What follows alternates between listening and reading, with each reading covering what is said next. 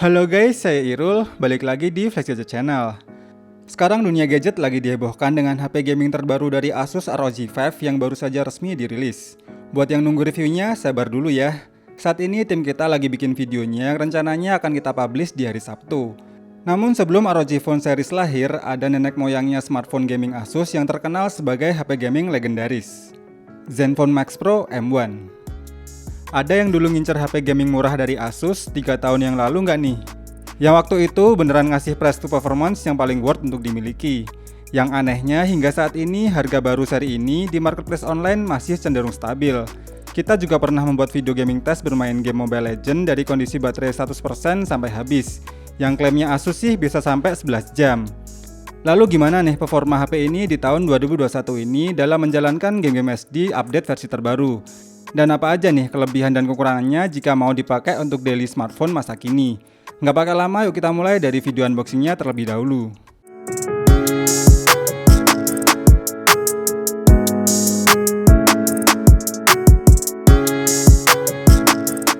Tampilan box dari Asus Zenfone Max Pro M1 ini didominasi warna biru dan silver. Di bagian depan terdapat nama serinya dengan logo seperti berbentuk love di bagian pojok kanan bawah. Di samping kanan dan kiri terdapat tulisan yang bermakna We Love Photo. Di bagian atas dan bawah polos saja nih.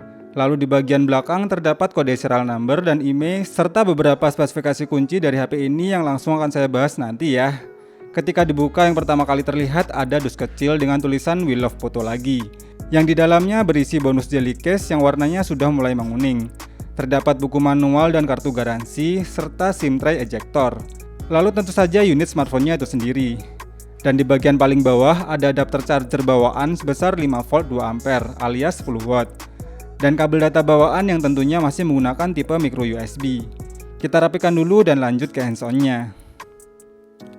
Impresi awal waktu megang HP ini memang terlihat cukup solid dan kokoh. Berbahan glass dan aluminium back yang dipadukan dengan frame dari plastik membuat HP berkapasitas baterai 5000 mAh ini jadi tidak terasa begitu berat. Apalagi desain layarnya masih menerapkan layar full screen tanpa gangguan poni ataupun tompel. Namun tentunya masih terdapat dahi dan dagu yang tidak begitu tebal. Kalau buat ngegame justru desain seperti inilah yang handheldnya pas di tangan. Menggunakan layar 5,99 inch yang beresolusi Full HD Plus 1080x2160 pixel dengan panel IPS LCD. Kualitas layarnya juga masih cukup oke jika sekedar hanya untuk memutar YouTube hingga untuk bermain game. Untuk varian yang saya review kali ini memiliki RAM 6GB LPDDR4X dan storage 64GB yang masih menggunakan eMMC 5.1. Untuk hasil benchmarknya saat saya tes menggunakan Antutu versi 8 ternyata bisa mencapai skor 145 ribuan. Lalu saya tes juga pakai Geekbench 5. Untuk single core-nya adalah 277 poin dan untuk multicore-nya mencapai 1052 poin.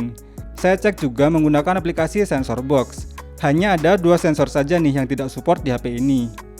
Saat saya tes pakai seharian untuk sosial media hingga bermain game, bisa mendapatkan screen on time mencapai 5 jam dan baterainya masih tersisa 11%. Lalu gimana nih performanya kalau buat jalanin game SD populer versi terbaru saat ini? Ini dia gaming testnya. Game pertama saya tes bermain game PUBG Mobile. Settingan tertinggi bisa di SD High atau Smooth High.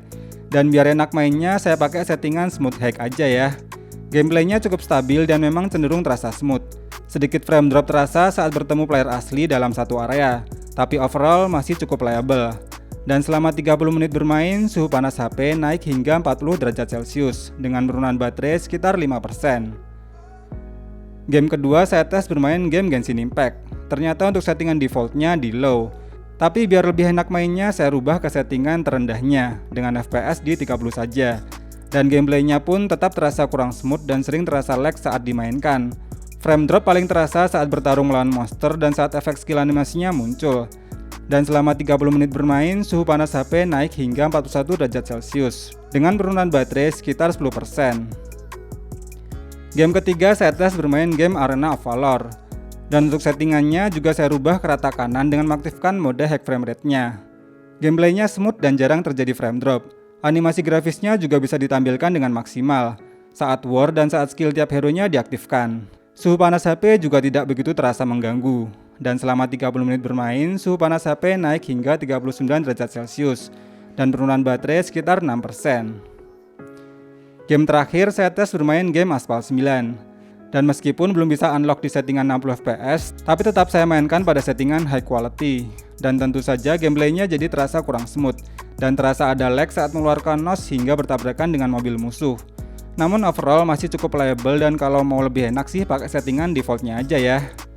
Dan selama 30 menit bermain, suhu panas HP naik hingga 40 derajat Celcius dengan penurunan baterai sekitar 8%.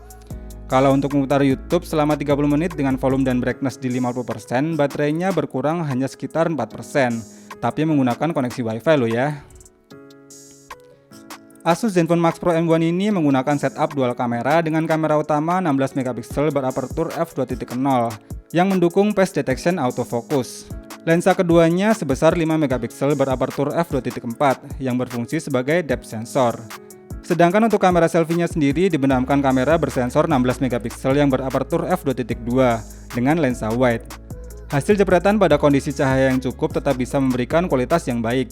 Tapi kalau udah dalam kondisi low light atau malam hari, mode malam pada kamera bawaannya tetap belum bisa menangani dengan baik.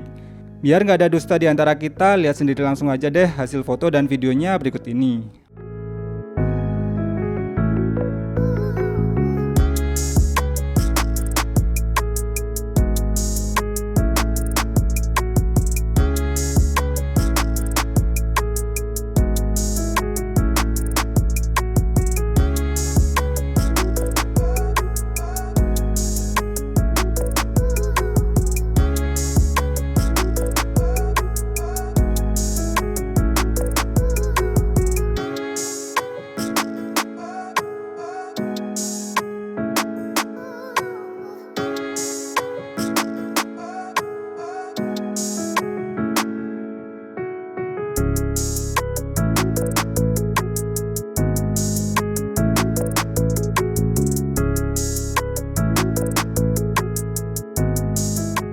Kesimpulannya, Asus Zenfone Max Pro M1 ini memang masih memiliki performa yang cukup mumpuni meskipun mau dipakai sebagai HP daily driver di tahun 2021 ini. Bahkan untuk smartphone keluaran 3 tahun yang lalu, harga hingga saat ini di marketplace online terbilang masih cenderung stabil. Padahal udah ada seri penerusnya yaitu Zenfone Max Pro M2. Tapi ternyata tidak membuat harga pendahulunya ini jadi turun drastis. Saran saya sih ambil yang varian RAM 6GB sekalian aja ya. Biar dapetin performa yang optimal dan hasil kameranya juga paling oke dibandingkan dua varian lainnya yang cuma pakai kamera utama 13 MP dan kamera selfie 8 MP.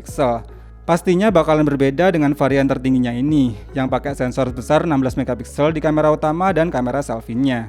Oh iya, untuk video review gaming test yang lebih detail nanti akan saya buatkan juga di channel Flash Mobile Game ya. Terima kasih yang udah nonton video ini sampai habis. Semoga video ini bermanfaat dan sampai ketemu lagi di video berikutnya.